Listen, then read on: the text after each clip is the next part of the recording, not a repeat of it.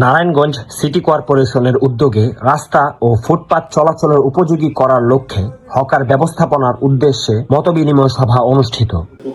5ই March বৃহস্পতিবার দুপুরে Narayanganj city corporation নগর ভবনের অডিটোরিয়ামে নারায়ণগঞ্জ সিটি কর্পোরেশনের আয়োজনে নারায়ণগঞ্জ সিটি কর্পোরেশন ভুক্ত রাস্তা ও ফুটপাত চলাচলের উপযোগী করার লক্ষ্যে হকার ব্যবস্থাপনার উদ্দেশ্যে মতবিনিময় সভা অনুষ্ঠিত হয়েছে। জীবন মরণ সমস্যা নিয়ে আজকে এখানে বসেছি। এই জীবন মরণ সমস্যাটা আমাদেরকে একটা সমাধান খুঁজে বের করে তারপরে আগামী দিনে আমাদের চলতে হবে নারায়ণগঞ্জে। যাই হোক, আজকে নারায়ণগঞ্জ সিটি কর্পোরেশনের ডাকে আপনারা এখানে এসেছেন, এই জন্য আপনাদেরকে ধন্যবাদ জানাচ্ছি এবং কৃতজ্ঞতা জানাচ্ছি। আজকের এই মত বিনিময় সভার উপস্থিত আমাদের নারায়ণগঞ্জ মহানগর বিএনপির সদস্য সচিব অ্যাডভোকেট আবুল ইউসুফ খান টিপু, আমাদের প্রধান নির্বাহী কর্মকর্তা যিনি এই নারায়ণগঞ্জের অত্যন্ত সুপরিচিত জনাব নুরুল কুতুবুল আলম, এবং আমাদের নির্বাহী কর্মকর্তা নির্বাহী প্রকৌশলী সহ আমাদের নেতা মনির হোসেন খান, মাসুদ রানা সহ আমার সামনে অন্যান্য নেতৃবৃন্দ। আসলে এই সমস্যাটার পূর্বে আমি যে কথাটা বলতে চাই, কারণ আমি কিন্তু আপনাদের মতো এই নারায়ণগঞ্জ শহরের বাসিন্দা। এই নারায়ণগঞ্জে আমিও চলাফেরা করি, আপনাদের সাথে প্রায়ই আমার সাথে দেখা হয়। আমরা আপনাদের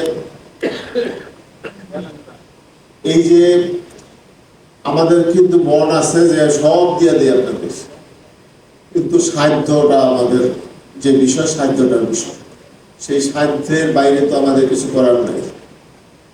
আপনারা জানেন যে গত 24 তারিখে এই নারায়ণগঞ্জ সিটি কর্পোরেশনের প্রশাসক হিসাবে আমাকে নিয়োগ দেওয়া হয়েছে। এই 24 তারিখের মধ্যে আমি 3 দিন আমাদের বর্তমান যে প্রধানমন্ত্রী, যিনি নারায়ণগঞ্জ না শুধু সারা বাংলাদেশকে একটা পরিবর্তনের স্লোগান নিয়ে রাষ্ট্রের ক্ষমতায় এসেছে, উনি প্রধানমন্ত্রী হয়েছে, এবং তার সহযোগী কিন্তু আপনারাও এবং আমরাও। তো আপনারা তো চান যে তারেক রহমানের যে ইচ্ছা সেটাকে আপনারা বাস্তবায়ন করতে চান।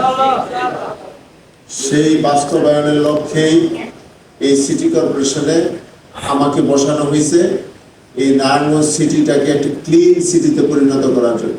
শুধু নারায়ণগঞ্জ সিটি না, কিন্তু বাংলাদেশের যে কটা সিটি আছে সব কটা সিটিকে ক্লিন সিটি করার জন্য এখানে আমাদেরকে বসানো হয়েছে।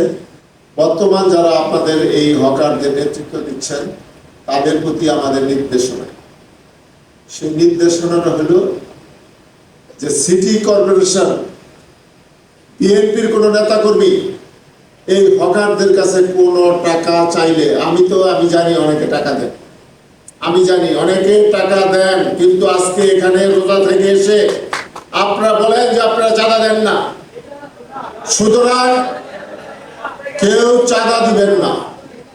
আপনারা যা রোজগার করবেন সেটা আপনাদের পরিবারের জন্য ব্যয় হবে, অন্য কেউকে একটা টাকা দিবেন না, দোকান বসানোর জন্য টাকা দিবেন না, কোনো টাকার এখানে বিষয় নাই।